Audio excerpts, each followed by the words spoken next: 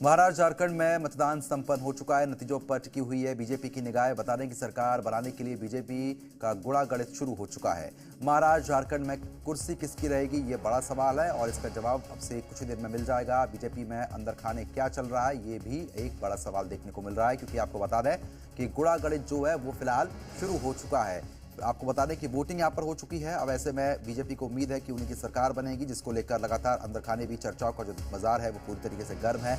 नतीजों को लेकर बीजेपी में अंदर खाने मंथन भी चल रहा है।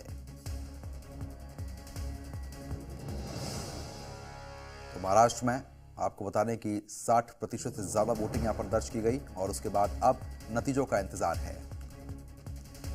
जी मीडिया संवाददाता प्रदीप श्रीवास्तव हमारे साथ जुड़ चुके हैं अपडेट देने के लिए। प्रदीप, जिस तरीके से अब जानकारी है कि अंदर खाने लगातार चर्चाओं का जो बाजार है वो पूरी तरीके से गर्म है, नतीजों से पहले ही पूरी तरीके से रूपरेखा यहां पर बनाती हुई बीजेपी नजर आ रही है। क्या ताजा अपडेट आपके पास है अभी? देखिए प्रद्युमन, वैसे तो एग्जिट पोल से जो राजनीतिक पार्टियों का विश्वास उठ चुका है, लेकिन फिर भी एग्जिट पोल ये दर्शाते हैं कि कौन सी पार्टी किसके करीब जो है पहुंचने वाली है, कौन सरकार बनाने वाला है, किसके पास कितने वोट ऑफ परसेंटेज है, किसके पास कितनी सीटें आ रही है। तो ऐसे में महाराष्ट्र में जो बीजेपी को यानी जो महायुति की सरकार है उनको पूरा भरोसा कि वो सरकार बना लेगी, लेकिन जो विपक्षी दल है उनको साफ साफ उनका कहना है कि उनको आज भी एग्जिट पोल के ऊपर किसी तरह का कोई भरोसा नहीं है। यहाँ तक कि कल यानी यस्टरडे को कई डिबेट्स पे जो विपक्षी दल जो है उन्होंने इस पे बैठने से भी मना कर दिया। वहीं दूसरी तरफ झारखंड में देखें तो झारखंड में भी जो है जेएमएम का कहना है कि वो सरकार जो है बनाने के करीब है, जबकि बीजेपी का दावा है कि वहां पे भी सरकार बनाएगी। लेकिन इस बीच प्रदुमन जो सबसे इंपॉर्टेंट जो रोल है वो आता है इंडिपेंडेंट कैंडिडेट का यानी निर्दलीय का, क्योंकि निर्दलीय उम्मीदवार दोनों ही, चाहे झारखंड हो चाहे आपका महाराष्ट्र हो, यहाँ पे जो चुन के आते हैं तो उनके ऊपर ये डिपेंड होगा कि वो किसका साथ दे। अगर निर्दलीय ने जिसका भी हाथ थाम लिया, यानी अगर उन्होंने कमल को अपने हाथ में ले लिया या अपना हाथ को अपना हाथ दे दिया, तो सरकार उनकी भी बनती नजर आ रही है।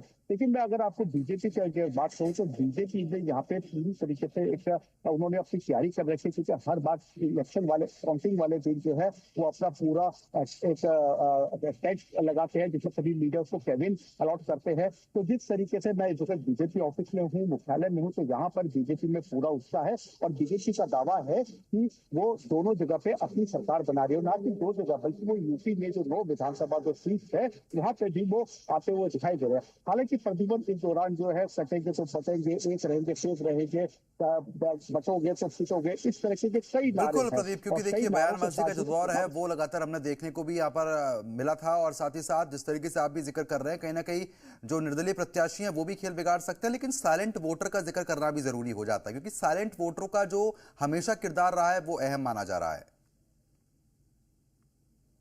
बहुत ही आपने इम्पोर्टेंट बात बताई जी भारत के दर्शकों को, जी मीडिया के दर्शकों को, क्योंकि जो साइलेंट वोटर का जो साइलेंट जो किलिंग की थी इन्होंने हरियाणा में की थी, और हरियाणा में भी यही देखा गया तमाम जितने भी सर्वे थे वो सब धरे के धरे रह गए, क्योंकि वहां पे साइलेंट वोटरों ने अपना खेल जो है अब सभी राजनीतिक दलों का जो खेल था वो बिगाड़ दिया।